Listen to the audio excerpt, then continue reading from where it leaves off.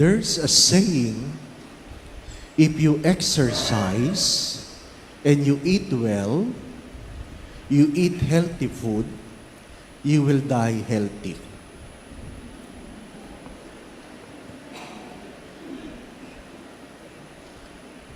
Tama naman, di po ba? Ano? If you exercise, you eat healthy food, you will die healthy. That's true. The saying is not giving us an illusion that we will not die. The saying is not giving us an illusion that we will live long. It is an acceptance of the fact that you and I will die. Father, bakit mo sinasabi na pag meron kang kaaway, tingnan mo sa mata, ngitian mo at sabihin mo, mamamatay ka rin? Di ba masama yun? Hindi. Totoo yun. Totoo yun. Hindi ko naman sinasabing, sana mamatay ka. Ang sinasabi ko, mamamatay ka rin. Everybody will die. Everybody will die. You don't wish death for somebody, but you have to remind everyone, regardless whether you are good or bad, rich or poor, young or old, you will die. The celebration of today reminds us of what? Not necessary to live long, but hopefully we will spend eternity with God. That is the goal. The goal is to spend eternity with God. Sayang naman yung haba ng buhay mo. Sa impyerno ka lang pala mapupunta. Sayang naman ang saya mo dito. Sa impyerno ka lang. The goal is to live eternity with God. And there are 144,000 marked with a seal. But there are hundreds of thousands whose names will not be recognized. They are simply dressed in white robes, and they will still be in heaven. They will still be in heaven.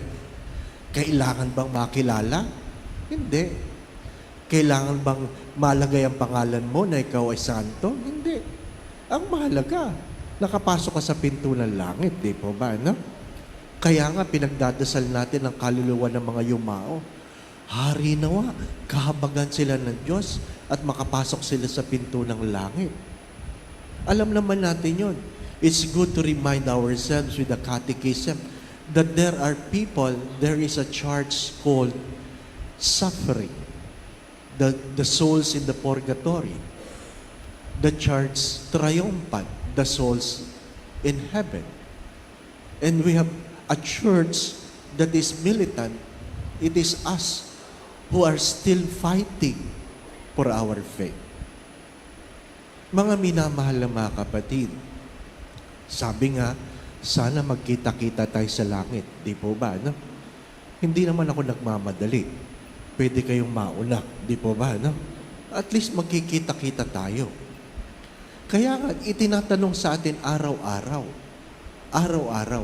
Yung akin bang pamumuhay, ang akin po bang pananaw, magdadala sa akin sa langit.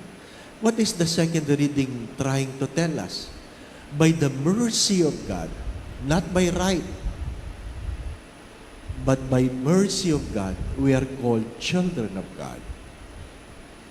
We are children of God. By virtue of our baptism, we are children of God. Ang tanong doon ay, nabubuhay ba tayo ayon, sabi nga sa alituntunin ng pagiging anak ng Diyos? Yun ang tanong. Paano natin gagawin yun? The gospel reminds us of what? Having the right attitude. What prevents us from entering heaven? Number one, that we fail to obey the law.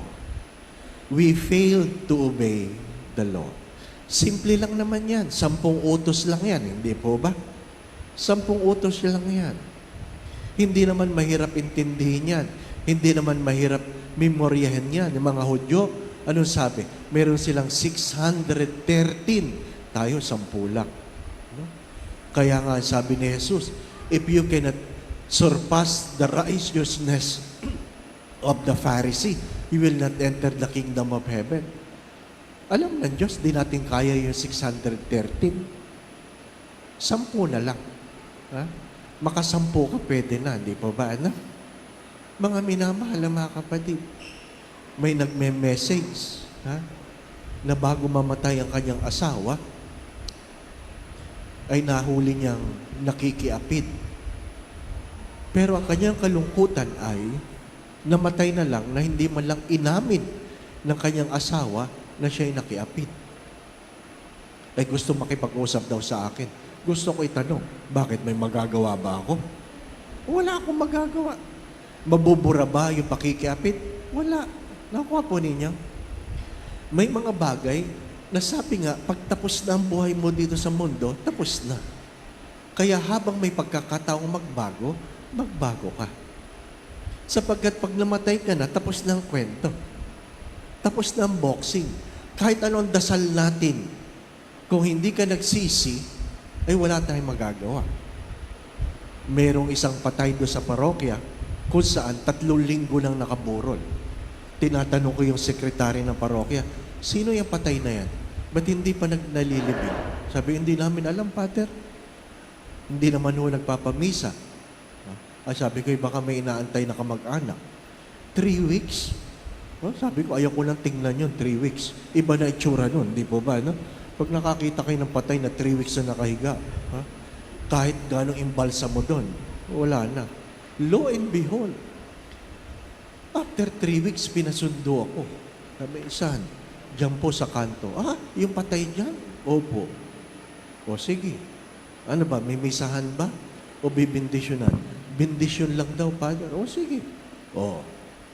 Pagdating ko doon, nandun yung kabaong, katabi ng kabaong, matanda, parang nanay niya. Yung iba, malayo sa kabaong. Nakamerkanang lahat. Parang Dracula nga yung scene eh. Nakakatakot naman ito. Diba?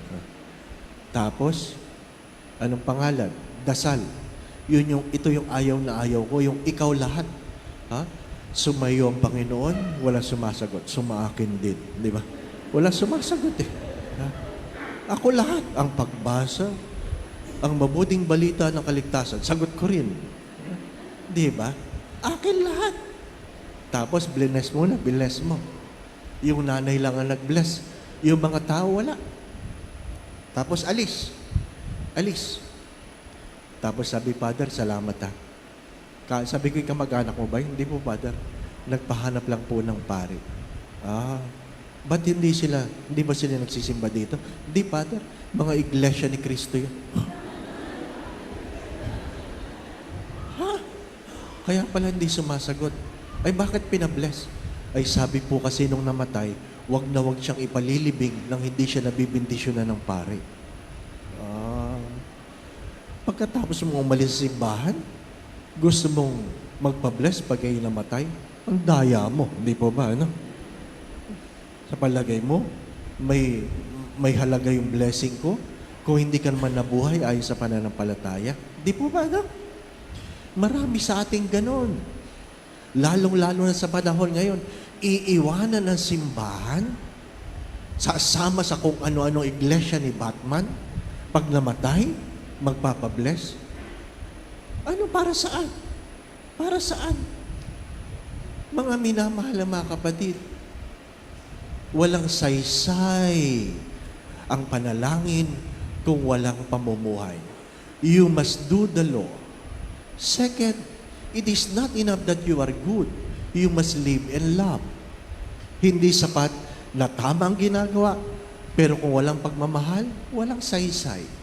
Ang pananampalatayang walang pag-ibig ay pananampalatayang patay. Ikatlo, meron kang malalim na pananalig sa Diyos. Pwede kang maging mabuti. Pwede kang may pagmamahal. Pero kung wala kang Diyos na pinapanaligan, sino magpapapasok sa iyo sa pinto ng langit? Ask yourself. Sino magpapapasok sa iyo sa pinto ng langit na dito sa lupa, hindi mo kinilala ang Diyos? Ano sabi ng Diyos? if you deny me here on earth, I will deny you before the Father in heaven. Tatlong bagay. Gawin mo ang tama. Gawin mo ang mabuti. Sa anong pamamaraan? Sundin mo ang kautusan ng Diyos. Ikalawa, gawin mo ito ng may pagmamahal. Sayang ang mabuti ng walang pagmamahal. Sapagkat sabi ng mga santo, ang lahat ay susukatin sa pagmamahal. Pangatlo, ang pananampalataya sa Diyos. Ang pananampalataya sa Diyos. My dear friends, totoo naman yun. If you eat well, you exercise, you eat healthy food, still you will die healthy. But what's the use of dying healthy when your life will end in the grave? Kaya nga po ang panalangin sa namatay, nakikiraan lang tayo. From mortal to immortal. Again, from mortal to immortal. Hindi ko sinasabing huwag niyong aayusin ang inyong mga mukha. Ayusin niyo rin ang inyong mga puso. Anong sabi sa Ebanghelyo? Hopefully, you will see the face of God. Amen. My dear brothers and sisters, if you live long, that's good. If you live well, that's better. But if you become a saint, that is the best. Hello.